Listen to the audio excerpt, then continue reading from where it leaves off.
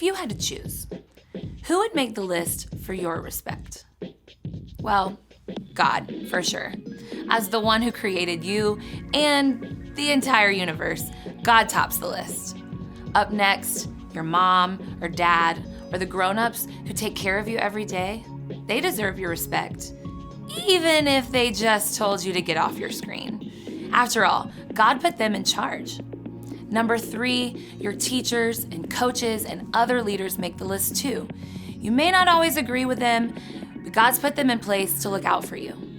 Okay, so respect. Check, check, and check. List done. Except it's not. Because when we follow Jesus, respect for others breaks out of the box. Respect isn't just for those in charge. It's a way to show others they are important by what you say and do. That goes for friends and family.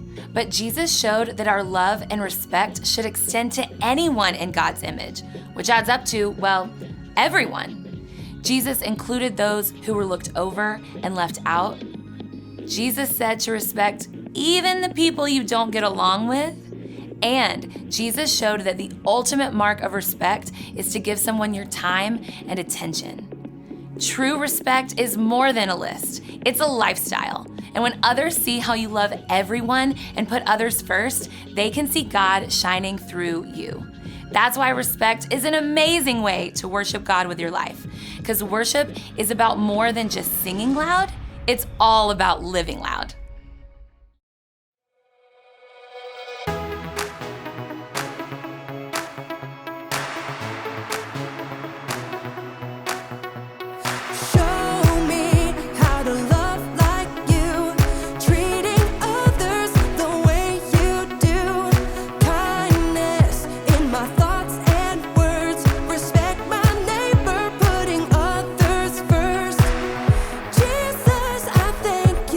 I just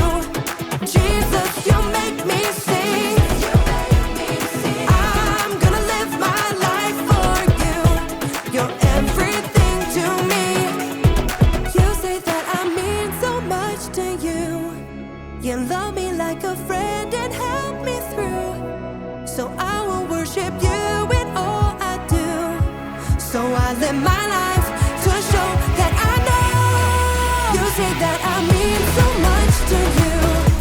You love me like a friend and help me through. So I will worship you in all I do. So I live my life to show that I know you're everything to me. You're everything to me. You're everything to me.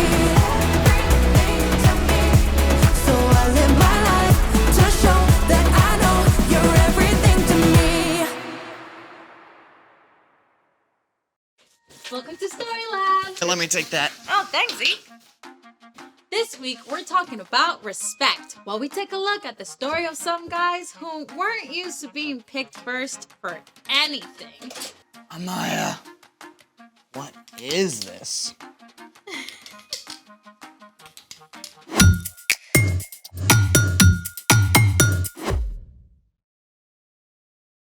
Hey, I'm Amaya! And I'm Zeke, and we're talking about respect, which is showing others they are important by what you say and do. So, I've got something for you. Okay. What do you see?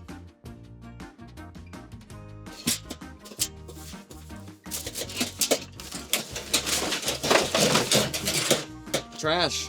That's what I thought too, until I saw what my friend Abby does. Well, do I get to see too? Absolutely. I think she deserves a drum roll. Hey guys. Hey Abby, we're so excited to have you. Can you tell us a little bit about what you do? Yeah, so I make visuals to help people tell their stories. What kind of visuals? It can be anything. It can be a mural or string art or old clothes, and sometimes I make giant sculptures out of trash. That's cool. Is that what we're doing today? Actually, I had something else in mind. You gotta really look at your materials, so try it. It's crinkly. Yeah, exactly. It's crinkly, kind of like a peony petal is crinkly. Pirouette? It's a kind of flower. And so see this cardboard, how it's thick, but it's soft, so you can curve it around like a leaf. Yeah, I feel it. Well, how about this one? Oh, cool. See how in the center, it's like the shape of the inside of an anemone. And then what? It's a flower, Z. Oh, yeah, I was thinking some kind of sea creature or something. We could totally do that too, but today I thought we'd make a recycle bin bouquet. I love it. Let's make it! Hey, this is something you can do at home, so follow along. So we're gonna start with some of that trash that we dumped out. We've got a piece of an old shopping bag here, and again, you can feel how it can start to feel like a petal. A petal. Some old magazine clippings. What is this gonna be? That's gonna be the center of a sunflower. With this on top, the inside of a cardboard box, and we're gonna use that egg carton that you found. Hey! Pass those on back now that you've felt them, and I'm gonna show you what our first step is. We're gonna start with this guy, because as you can see, we got a yellow bag, so that's gonna be our sunflower petals. Right. The first thing that you wanna do is cut a circle, and then you're gonna go through and make all the petals, one cut after another. So you can see that takes a little bit of time. So I went on and cut petals for you guys so we can make flowers even faster today. Thank you. Appreciate it. So you can pick up these, and what we'll start to do is take them, and just like we were feeling that paper, start to bend them like petals of a real flower. Because flowers aren't perfect. They have petals going every which way, and that's exactly what this paper lets you do. Okay, so bend. So you can bend them up. And take your next piece and do the same thing. How's that? That looks great. That looks to me like a flower out in the wild. Sweet. So when you've done that with both of them, then we get to glue them together. So you guys think you're ready to glue? Yes, I'm ready. Almost. So you'll take your bigger one. That's your bottom. So you'll take your bottom flower and use your glue gun, and be careful, it gets really hot. So remember, you're gonna wanna have an adult for this. So you just make a ring of glue and press the top flower down so that they stick together. And that's it. You got your 2 layers of flour right there. Oh, I'm so excited to make glue. Here you go. Be careful. Thank you. Awesome. We'll pass this back down. We're gonna glue some more though. How do you feel? I think mine's looking really good. It already looks like a flower, right? Yeah. All right. So now we're gonna get to the green part that you asked about. Our little magazine clipping. And you wanna do little tiny snips. So you can see that definitely takes a lot of time. So I went on and did that one for you too. And you have this little thing that you can start to do the same thing with. Kind of crunch them around. Don't be afraid to wad it up because, again, flowers aren't exactly perfect. All the little pieces go in all different directions. So you want it to ruffle up. How's it feel? It's looking good, I think. So we'll do the same thing with the hot glue gun.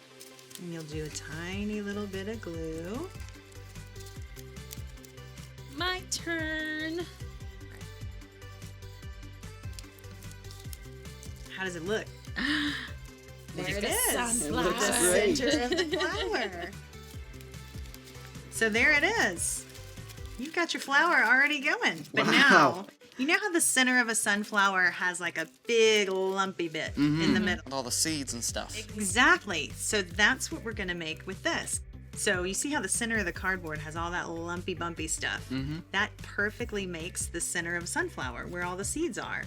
So we cut it at an angle so we can roll it up like this. This is where it gets fun. You take the big end, roll. So you guys see we're making a big round center for the inside of our sunflower, and it's starting to look all nice and lumpy like the seed part, right? It's going. Yep, and then just glue down that little tail. And the next thing you'll do after that is on the flat side. So you guys can see we're gonna glue it down in the center of our flower. Right in the middle of the green bit, like this. There you go. That's the trick. Not too Okay, much, there you but just enough. Alrighty. Yeah, that looks perfect. Yay. There's the center of it. All our flower needs is a stem, right? Right. So what we have that we use for that, this is some floral wire, which means it's green already on the outside. You can get that at a craft store, but you could use any wire that you guys have at your house. And so what I did is I went on and attached a little piece of cardboard to the top because we're gonna use the end of our egg carton and it has a hole in it. So what we're gonna do is put a little glue right around the bottom. So just like stringing a bead or threading a needle, you're gonna put that wire right through that hole and pull that square down into the base of it. Pull it in nice and snug. Got it. Perfect. And then we'll attach it to our flower. So Zeke, while you're doing that, the next step is to put the glue right here on these things that look like petals. And that's what's gonna hold our flower all together. And then your flower goes on like a hat. And that looks great. Perfect glue. There you go. And Wow. you can bend your flower any way you want so it looks like it's out in the field and blowing in the breeze. And there it is. Your finished sunflower Look at from that. trash. Wow. Wow. This is lovely. Yeah. It's amazing how you looked at a piece of junk and saw this. And what's super cool is we can do the same thing with people too. Like people flowers? More like if you really see people and get to know them, then you can, see things that are overlooked, see the texture in everybody, see all of their quirks that makes every single person uncommonly beautiful. And that is exactly where we're going today. It's time for The story before the story. Today, we're in the third book of the New Testament, Luke. But before Luke, in the very beginning, out of a deep, deep love, God made an amazing world. But when people turned away from God, the world was broken. God made a plan to draw people back into a relationship. So at the right time, God sent a tiny baby to be born in the small town of Bethlehem, God's very own son, Jesus. When Jesus grew up, he was baptized in the Jordan River. God spoke from heaven. This is my son, and I love him. I am very pleased with him. Which is where our story starts. Take it away. Hey everyone, I'm Brian. After 40 days in the wilderness, Jesus began to go from town to town, teaching and healing. Even though he's God's son, he didn't start out in the capital city of Jerusalem. He didn't go to the fine homes of the religious leaders. Instead, Jesus met with ordinary, everyday people on hillsides and by the lake shore. And he chose some of the most unlikely people to be his closest friends and followers. 4 of these men were uneducated fishermen: Peter, Andrew, James, and John. One morning, after a long night of fishing, Peter and his friends had caught exactly 0 fish. What a drag. Cleaning the nets without a single fish to show for it. I may fall asleep right here. This morning, the fishermen weren't alone on the beach. Jesus was standing on the lakeshore, and though it was early, a huge crowd had gathered. They were so eager to get close to Jesus that they jostled and shoved, backing him right up to the water. But instead of pushing back, Jesus simply stepped over into Peter's boat and said, Go out a little way from shore. Now, if you're Peter, you're probably feeling a whole bunch of things. On the one hand, after fishing all night, you really want to get home and go to bed. But on the other hand, this unusual teacher has singled you out of the crowd to help him. I mean, you're used to people just ignoring you or wrinkling their noses at the fishy smell you can't get out of your clothes. With all those things racing through his head, Peter did just what Jesus asked and guided the boat a little way out from shore. When Jesus was done speaking, he turned to Peter and said, Go out into deep water. Let down the net so you can catch some fish. Master, we've worked hard all night and haven't caught anything. Now, even though Peter couldn't help protesting a little, he already respected Jesus' authority. But because you say so, I will let down the nets. Peter guided the boat out into deep water, and he and Andrew let down their nets, expecting more disappointment. Instead, whole schools of fish seemed to appear out of nowhere. Oh, Andrew, pull harder! The net is going to burst! Peter called out to his fishing partners back on shore. James, John, bring the boat! It took everyone to reel in the nets. Both boats overflowed with floundering fish. Back on shore, Peter was so overwhelmed, he didn't give a single thought to that massive haul of fish. Instead, he threw himself down at Jesus' feet. Go away from me, Lord. I am a sinful man. Jesus smiled at the group of ragtag fishermen. Don't be afraid. From now on, you will fish for people. The crowd must have been shocked to see Jesus choose these common fishermen as close friends and disciples. Right away, Peter, Andrew, James, and John hauled their boats up on shore. They didn't even stop to clean and sell all those fish. Jesus wasn't finished calling disciples. One day he stopped at a booth where a man named Matthew was collecting taxes.